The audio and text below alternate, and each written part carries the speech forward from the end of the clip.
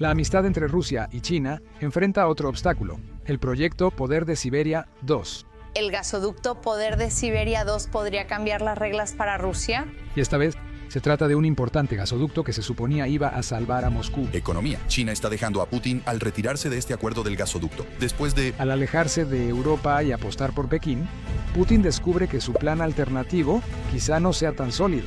Ana, ¿qué significa esto para las relaciones entre Rusia y China? ¿Y será esto el último clavo en el ataúd para Rusia?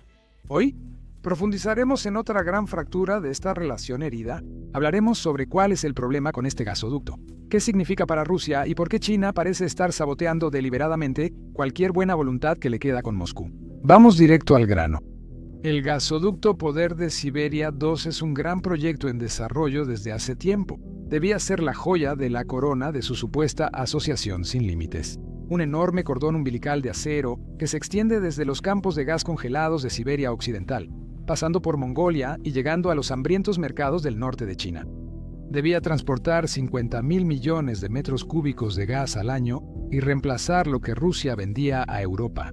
Ahora, tras meses de expectativas, Pekín se aleja silenciosamente de los detalles clave del acuerdo. Cuando Putin aterrizó en Pekín este octubre, el Kremlin se aseguró de que las cámaras captaran cada sonrisa y apretón de manos entre él y el presidente Xi. Como en las sesiones fotográficas, eran inseparables. Hablaron del gasoducto y llamaron al nuevo acuerdo vinculante. Los medios estatales en Moscú lo mostraron como una victoria y prueba de que Rusia aún tenía aliados fuertes. Pero cuando los reporteros empezaron a pedir los números, el precio que China pagaría, quién financiaría la construcción, cuándo comenzaría realmente, en Moscú nadie tenía respuestas claras porque no existían. La verdad es que China se ha negado a comprometerse con un precio para el gas. Se negó a comprometerse con la inversión en el gasoducto y se negó a comprometerse con el plazo para la construcción de dicho gasoducto. Prácticamente se había retirado de las tres cosas principales que hacen de este proyecto, bueno, un proyecto. No sé tú, pero para mí eso no es un trato.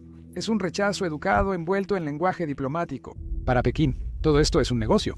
Sin embargo, para sus socios en Moscú, es cuestión de supervivencia. Una necesidad. Moscú no puede prescindir de este gasoducto. ¿Por qué? Bueno, Rusia perdió casi de la noche a la mañana su mercado de gas europeo después de la invasión a Ucrania en 2022.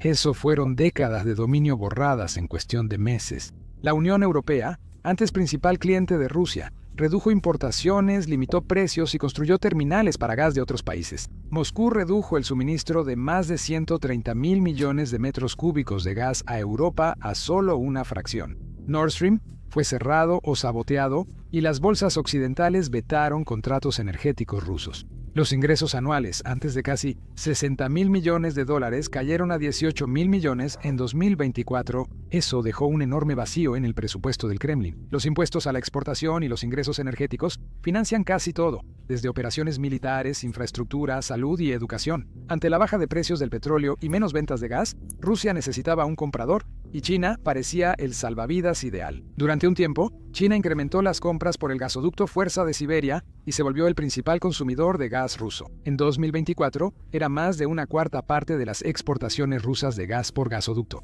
Aunque los volúmenes crecen, no igualan lo que Europa compraba, así que Rusia sigue buscando más. Y los precios son mucho más bajos. China negoció duro, paga menos por unidad que Europa y logró términos favorables para sus industrias. Moscú busca alianzas, pero China no. China no compra gas por amistad. Su objetivo es conseguir el precio más bajo posible. Quiero decir, francamente, está manejando a Rusia como si fuera un violín. Y ahora mismo, mientras Putin corre de un lado a otro tratando de asegurar este nuevo gasoducto para poder vender aún más gas a China, Pekín puede oler la desesperación desde un continente de distancia. Cada vez que Rusia dice que está lista para firmar, China responde, hablemos de las fórmulas de precios. Cuando Moscú dice que puede iniciar la construcción, China responde, veremos cómo evoluciona el mercado. Esto es una clase magistral sobre cómo negociar cuando sabes que la otra parte no tiene alternativa. Los ejecutivos de Gazprom hablan de cooperación estratégica, pero Pekín no se deja engañar. China no necesita el Poder de Siberia 2 con tanta urgencia como Rusia lo necesita. La economía china ya se desacelera y Pekín lleva años diversificando sus importaciones de energía. Compra desde Asia Central, Medio Oriente y hasta Estados Unidos en gas licuado. Rusia tiene opciones, ellos no. ¿Qué ocurre cuando una relación unilateral enfrenta la economía? Eso vemos ahora. Colapso silencioso disfrazado de progreso. El anuncio de Moscú sobre el memorando vinculante debía parecer un gran avance. Mostró lo débil que es la posición de Rusia. Incluso analistas rusos admiten en privado que nada ha cambiado. El gasoducto es solo un proyecto en PowerPoint. Buenos gráficos, pero sin presupuesto. Si alguna vez llega a construirse, y eso es un gran sí, las primeras entregas podrían comenzar alrededor de 2030, tal vez 2031. Pero incluso entonces, alcanzar la capacidad total tomaría otros 5 años. Rusia podría no recibir dinero de este proyecto hasta mediados de 2030, eso es una eternidad. En el mercado energético actual, Elon Musk probablemente ya tendría Teslas voladores. Mientras Rusia corteja a China, Europa ya reemplazó el gas ruso. El gas natural licuado de Estados Unidos, Qatar y Noruega cubre el vacío. Europa ya avanzó, mientras que China aún no lo ha hecho completamente. Rusia está estancada, aferrándose a una posible demanda que quizá nunca llegue. Aquí está la ironía. El Kremlin basó su estrategia económica de posguerra en la idea de que podía girar hacia el este. Putin dijo que vendería gas a Asia si Europa no lo quiere, pero Asia no lo compra al precio que Rusia busca. Pekín dice, sí, compraremos tu gas, pero solo si es barato y cuando queramos. Así que Rusia está atrapada entre el orgullo y la pobreza. Depende mucho de China, pero también necesita ingresos y no puede darle a Pekín todo lo que pide. Eso explica los retrasos por precios altos. Ahora, hablemos de la política detrás de esto, ya que el drama del gasoducto no es solo económico. Es una ventana a lo frágil que se ha vuelto esta supuesta alianza. Cuando Putin y Xi anunciaron su asociación sin límites en febrero de 2022, parecía un nuevo orden mundial. Dos gigantes hombro con hombro contra Occidente. Firmaron acuerdos comerciales, energéticos y de defensa. Los medios estatales chinos lo presentaron como el amanecer de un poder multipolar. El Kremlin lo llamó una amistad forjada en piedra. Luego vino la guerra. Al principio, Pekín ofreció cobertura diplomática, negándose a condenar a Rusia en las Naciones Unidas y comprando más petróleo para mantener a Moscú a flote. Pero a medida que la guerra se prolongaba y la economía rusa empezaba a desmoronarse, el tono cambió. China restringió exportaciones militares, evitó sanciones secundarias y protegió a sus bancos de apoyar a Rusia en evasión de restricciones. En público el trato fue cortés, pero en privado la distancia aumentó. Ahora es claro quién lidera. China ya no es socia de Rusia, ahora es acreedora, compradora y socia mayoritaria en todo. Ese desequilibrio afecta cada negociación. Las conversaciones sobre el poder de Siberia 2 llevan casi una década. En 2019, cuando el gasoducto inició operaciones, Moscú lo presentó como prueba de su exitoso giro hacia Asia. Pero incluso entonces, China negoció un gran descuento. Los analistas estimaron que era alrededor de un 25% menos de lo que Europa solía pagar. Pekín también estructuró el contrato de manera que solo tenía que pagar por el gas que realmente necesitaba. Esta flexibilidad le ha ahorrado a China miles de millones, mientras que ha dejado a Rusia atrapada en una dependencia unilateral. Ahora, con el poder de Siberia 2, Pekín está presionando por un precio aún más bajo.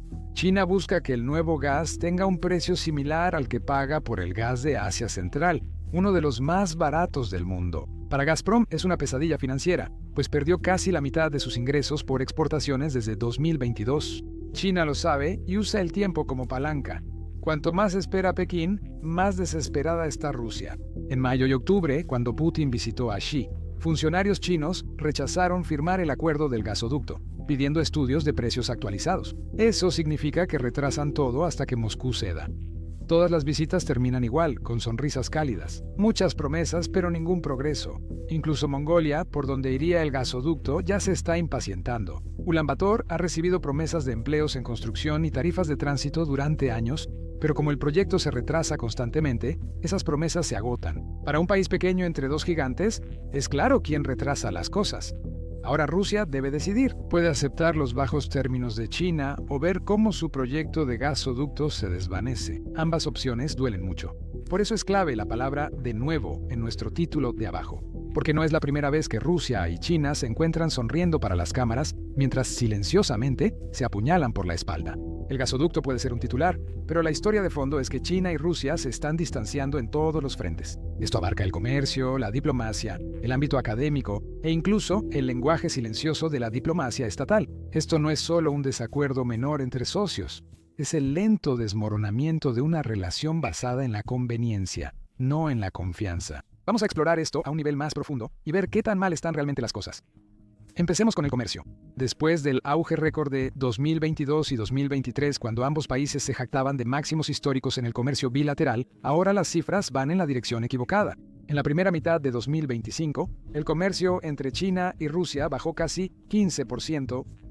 Eso no es solo un bache, es una corrección. Las mayores caídas están en los sectores que antes representaban su sinergia. Las exportaciones rusas de metales, madera y maquinaria se han visto afectadas. Fábricas que producían para compradores chinos están reduciendo producción o cerrando. Empresas que antes celebraban nuevos mercados en China, ahora enfrentan pedidos cancelados y productos sin vender en almacenes. El mensaje de Pekín es sutil pero inconfundible. Se está diversificando. Las empresas chinas sustituyen discretamente a proveedores rusos por socios más económicos y estables en el sudeste asiático, América Latina y África. Pekín evita depender de sus socios. Económicamente es lógico, pero políticamente es una advertencia. China le dice a Rusia que puede reemplazarla cuando quiera, lo que es devastador para Moscú. El comercio con China debía ser su salvavidas y demostrar que podía superar y prosperar pese a las sanciones occidentales. Sin embargo, los datos muestran lo opuesto. Las importaciones chinas de productos rusos están disminuyendo, mientras que la dependencia de Rusia de China para productos electrónicos básicos, vehículos y maquinaria sigue creciendo. No es una asociación igualitaria. Solo Pekín conduce y Moscú va como pasajero sin control alguno. Y luego está el tema de los metales, un golpe que llegó silenciosamente, pero realmente como un martillazo. China llevaba años dando subsidios discretos a empresas estatales que importaban metales rusos.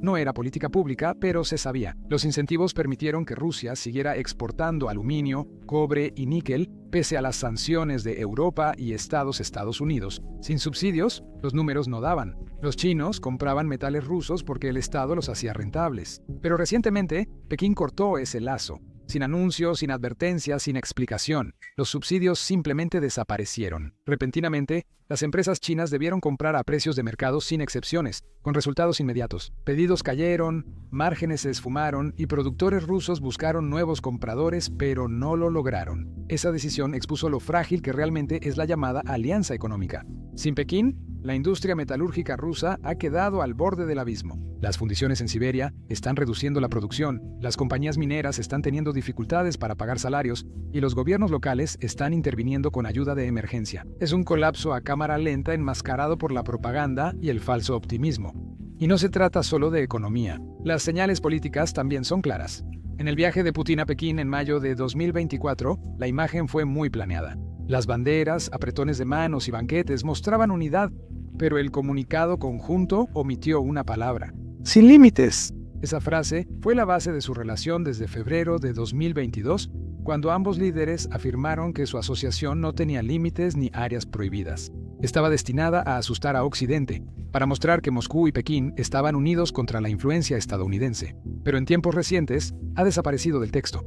En su lugar, la nueva declaración utilizó un lenguaje más suave y distante. Ahora China habla de no alineación y no confrontación. Esas no son solo frases diplomáticas, son un código. En el manual de Pekín, ese lenguaje significa precaución. Significa que no vamos a hundirnos contigo. Xi Jinping incluso cambió la forma en que se refería a Putin. Solía llamarlo su amigo más íntimo. Ahora solo lo llama buen amigo y vecino, y no es coincidencia. En diplomacia, cada palabra cuenta. El tono de China se ha enfriado, reflejando una realidad. Pekín no quiere involucrarse en los problemas de Moscú. China enfrenta desaceleración económica, más desempleo juvenil y mayor presión occidental en comercio. Alinearse mucho con Rusia empeora esos problemas. Así que Xi está recalibrando y solo mantiene la amistad viva para las cámaras, pero pone distancia entre sus políticas reales. También puedes ver esa distancia en el mundo académico de China. En 2022, los académicos chinos que criticaban a Rusia enfrentaban censura o algo peor, ya que la postura oficial era clara. Rusia era socio y Occidente el enemigo. Para 2024, ese tabú ya se había levantado discretamente. Voces prominentes como Feng Yuzhen y Shen Dingli empezaron a escribir ensayos advirtiendo que la guerra de Rusia en Ucrania estaba destinada al fracaso y que Pekín debía evitar enredarse estratégicamente. Antes de compararlos con tu usuario favorito de Reddit, recuerda que no son académicos al azar. En China, académicos como ellos suelen reflejar el pensamiento del Estado. Se les permite decir lo que el liderazgo quiere que la gente empiece a creer. Cuando critican a Moscú, el gobierno prepara al público para un cambio. Es la forma en que China prueba nuevas narrativas antes de que se conviertan en política oficial. Y ahora mismo, su mensaje es claro. Rusia se está convirtiendo en una carga, y Pekín no planea vincular su destino a un país hundido por sanciones, derrotas militares y aislamiento global. Lo sepan o no, el público chino está siendo guiado suavemente para ver a Rusia no como un aliado poderoso, sino como una advertencia. El mundo empresarial de Pekín capta la indirecta. Las principales empresas estatales revisan contratos con empresas rusas. Gigantes chinos como Mi-Metals y Narinco, importantes en materias primas y defensa, han empezado a revisar acuerdos de suministro. Algunas revisiones resultan en cancelaciones y otras en nuevas estrategias de abastecimiento. Los pedidos de cobre que iban a Rusia ahora van a Chile y Perú. El níquel antes venía de Siberia, ahora se importa de Indonesia. Hasta los proveedores militares buscan alternativas más seguras y sin sanciones en Corea del Sur o Turquía, en vez de componentes rusos. Estas decisiones no son anuncios dramáticos, sino ajustes técnicos que muestran un cambio más profundo. Otro movimiento silencioso de Pekín revela aún más sobre el rumbo de las cosas. China supuestamente dejó de vender a Rusia maquinaria de alta precisión, equipo que Moscú necesita para sus industrias. Durante años, las fábricas rusas usaron tecnología china para sustituir maquinaria occidental perdida por sanciones. Ahora ese suministro también se agota. Irdar Nuryov, dueño de una importante manufacturera rusa, dijo que ya casi no se puede importar equipo de alta precisión desde China.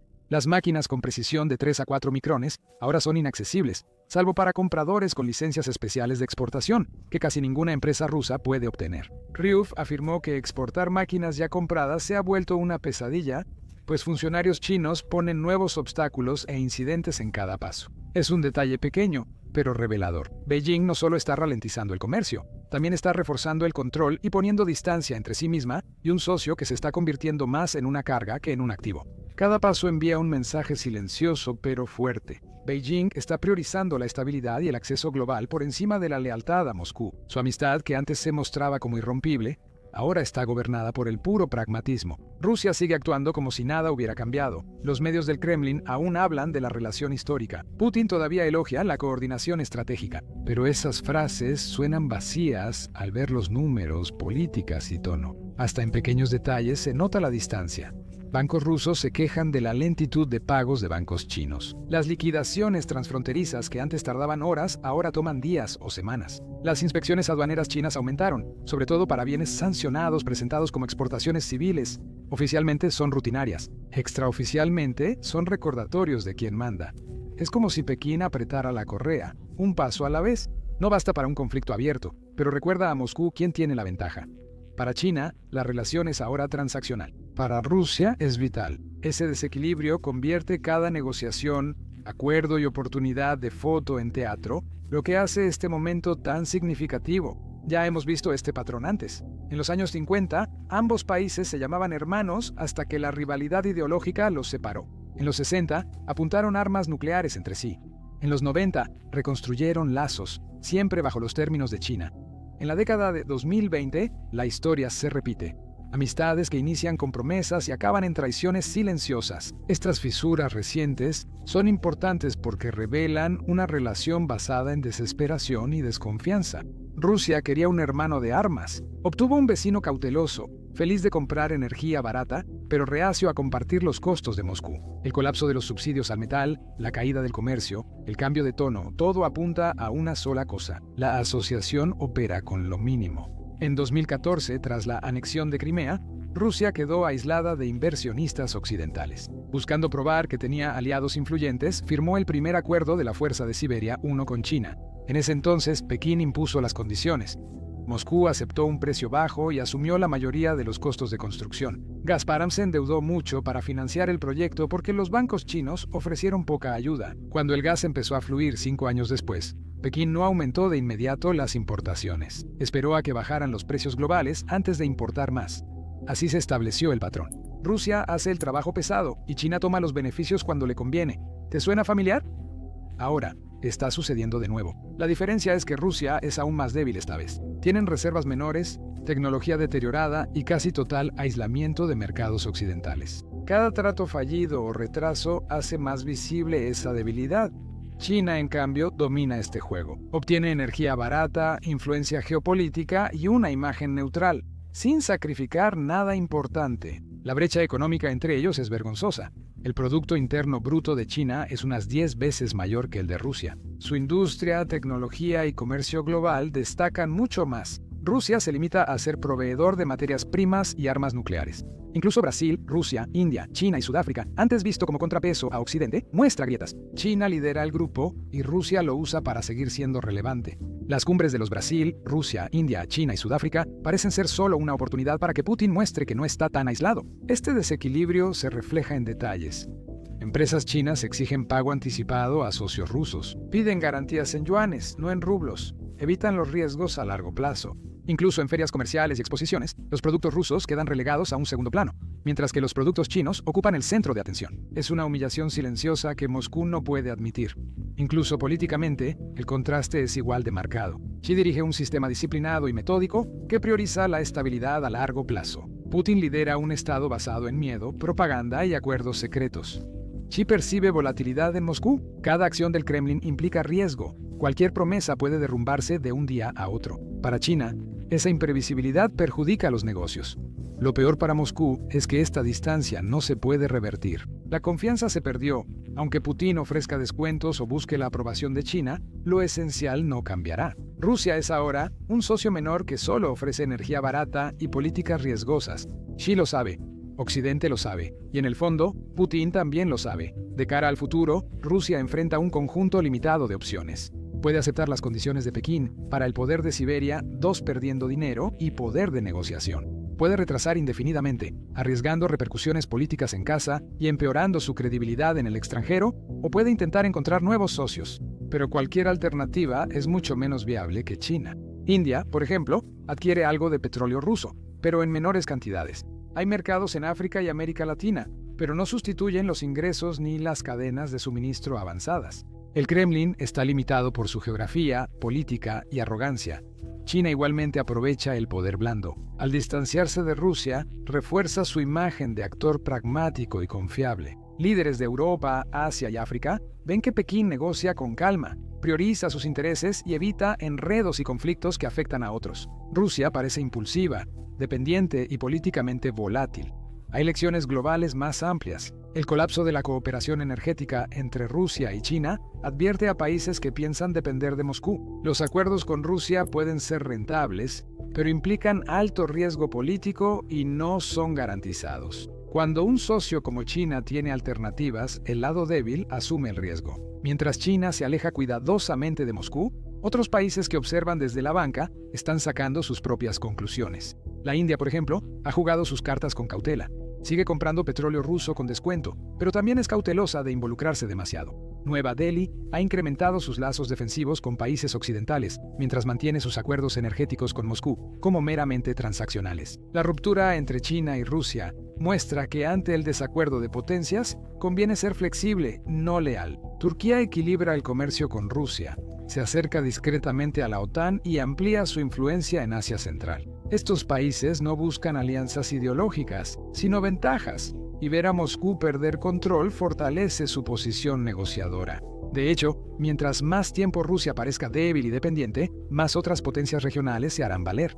Irán, Brasil e Indonesia observan el desarrollo de esto. Calculando cómo obtener los mayores beneficios sin heredar los problemas de Rusia, Moscú fue un polo en un mundo multipolar. Ahora podría ser una advertencia de lo que pasa al apostar todo a un solo socio y perder. En última instancia, la historia del poder de Siberia 2 es un microcosmos de la relación más amplia entre Rusia y China. Rusia sobreestima su importancia, China actúa con paciencia calculada, Moscú presume de asociaciones y alianzas. Beijing se asegura discretamente de que la relación le beneficie más que a Rusia. Este desequilibrio no es temporal, es estructural. Con el gasoducto estancado, mayores brechas de ingresos y más aislamiento internacional, Rusia enfrenta una dura verdad. El giro hacia Asia no fue un plan de rescate. China nunca dependió de Rusia como Moscú depende de China. Cada negociación fallida, retraso o rechazo cortés lo deja claro. Para Moscú, este fracaso implica credibilidad, poder y reputación global, no solo energía o economía. Es una lección sobre exceso de confianza, un recordatorio de que asociarse exige equilibrio, y que sonreír ante cámaras no cambia la realidad. El mundo observa, mientras Rusia aprende una vez más que ser un socio menor de un vecino más inteligente y fuerte tiene un precio. El gasoducto puede retrasarse y los acuerdos posponerse, pero la verdad es innegable. China tiene el control y Rusia solo puede seguirle. Al final, Rusia perdió tanto a un comprador como su respaldo. En un mundo donde los aliados son inversionistas, esa pérdida es fatal. Gracias por vernos.